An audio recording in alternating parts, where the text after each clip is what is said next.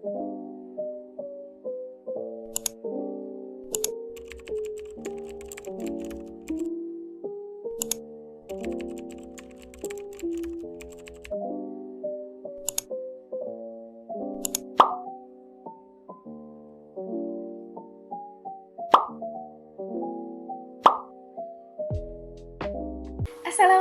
warahmatullahi wabarakatuh. Hai semuanya, kembali lagi bersama saya.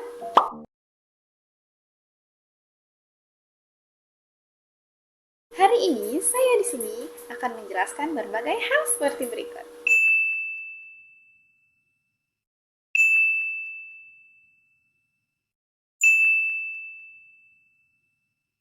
Yang pertama, pengertian pedagogik. Pedagogik adalah ilmu yang mempelajari tentang pendidikan sebagai metode praktik untuk mengajar anak-anak. Jika menurut istilah, pedagogik berasal dari bahasa Yunani, yaitu kata paidos dan agogos. Nah, paidos sendiri artinya adalah anak-anak, sedangkan agogos adalah memimpin. Jadi, secara harfiah, pedagogik artinya memimpin anak-anak. Contoh dari penerapan pedagogik yaitu guru melaksanakan evaluasi pada murid, seperti mengadakan ujian untuk mengetahui sebagaimana kemampuan murid itu sendiri atau apa yang harus diperbaiki dari murid tersebut. Selain melakukan evaluasi, guru juga bisa melakukan pemahaman terhadap kondisi fisik murid, seperti membetulkan posisi duduk murid atau melakukan metode pembelajaran secara audiovisual, sehingga kita tahu bahwa murid lebih tertarik belajar menggunakan metode seperti apa. Tidak sedikit murid yang bisa mengerti pelajaran hanya menggunakan audiovisual, seperti itu. Selain pedagogik, ada juga yang namanya andragogi. Andragogi sendiri berasal dari bahasa Yunani, yaitu dari kata andra dan agogos. Nah, andra sendiri artinya adalah dewasa, sedangkan agogos adalah memimpin. Jadi, andragogi adalah memimpin orang dewasa. Pendefinisian andragogi sendiri yaitu suatu seni dan ilmu untuk membantu orang dewasa belajar. Andragogi sendiri biasanya diterapkan kepada mahasiswa. Contohnya, metode pembelajaran aktif, tutorial, dan pembelajaran sebaya. Nah, selain adanya pedagogik dan andragogik, ada juga yang namanya heutagogik. Heutagogik sendiri artinya studi pembelajaran mandiri. Nah, heutagogik sendiri juga bisa didefinisikan sebagai kebebasan kepada pembelajar untuk menentukan sendiri metode pembelajarannya.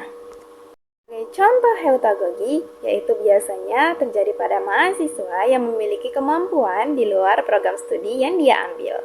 Nah, di situ mahasiswa bisa mengembangkan kemampuan yang mereka miliki, tapi juga sambil menjalankan program studi yang memang sudah mereka ambil. Nah, tadi kan saya sudah menjelaskan pengertian dan contoh dari pedagogik, andragogik, dan heutagogik. Sekarang saya akan menjelaskan lagi, yaitu 6 unsur pembelajaran. Yang pertama adalah tujuan pembelajaran. Nah, yang dimaksud dengan tujuan pembelajaran yaitu ke arah mana bimbingan pembelajaran itu akan dituju. Tujuan pembelajaran tentunya untuk mendapatkan ilmu yang lebih dan untuk menyampaikan materi-materi dan pengetahuan kepada siswa sesuai kemampuan masing-masing. Lanjut, unsur yang kedua adalah pendidik. Pendidik adalah orang yang menyampaikan atau mentransfer pengetahuan kepada pembelajar.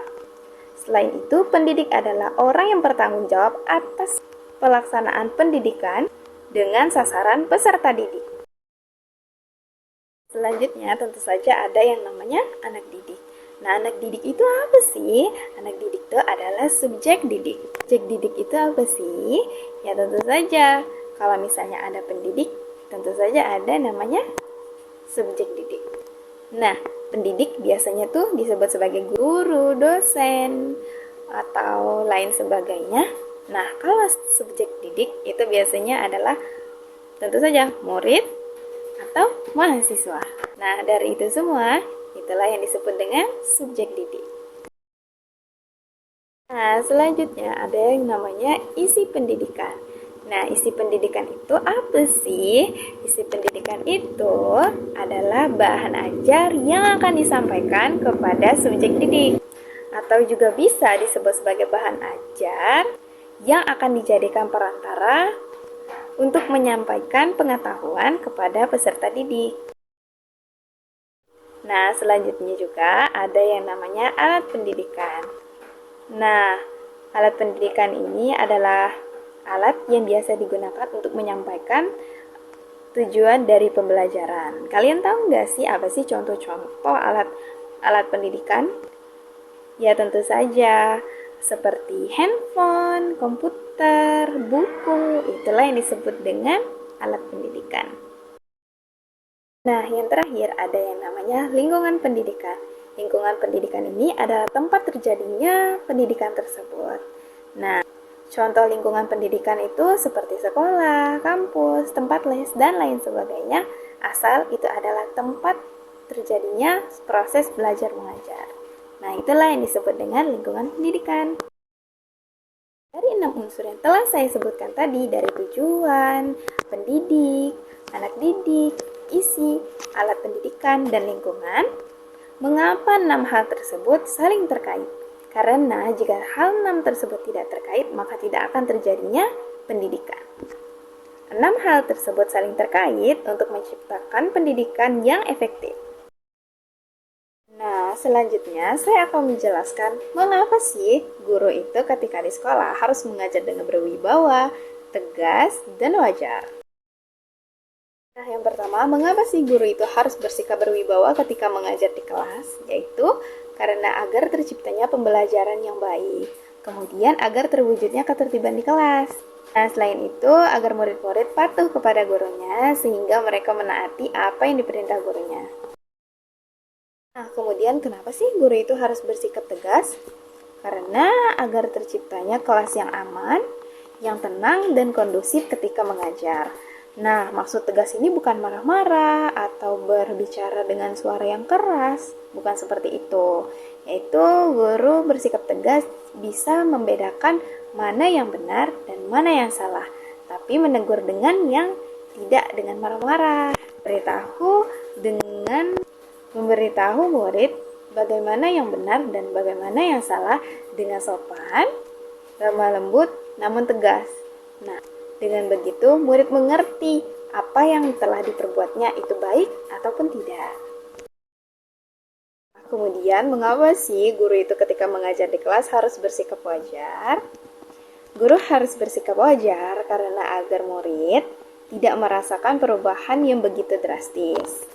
Sehingga demikian, murid akan merasa nyaman ketika belajar dan mereka akan menerima pembelajaran itu dengan baik. Seperti contoh, menggunakan bahasa ibu ketika mengajar di kelas 1 ataupun kelas 2.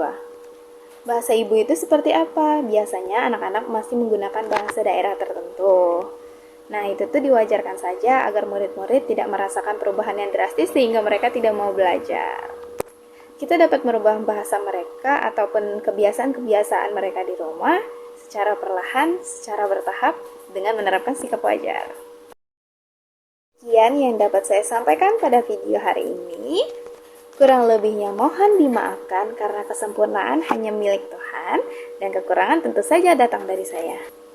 Saya Rizky Hidayati, saya pamit undur diri. Wassalamualaikum warahmatullahi wabarakatuh.